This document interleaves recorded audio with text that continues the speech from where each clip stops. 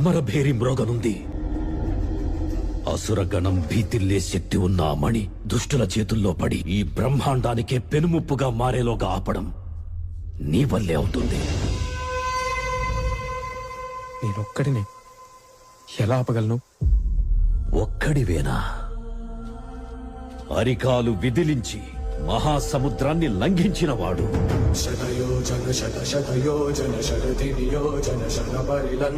రాక్షస సైన్యాన్ని మట్టుబెట్టి రావణుడి సింహాసనాన్ని కంపించినవాడు.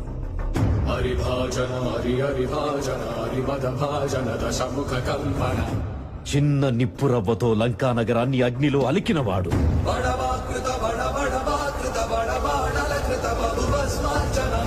త్రేతాయుగంలో రాముడి నీడయ్యాడు.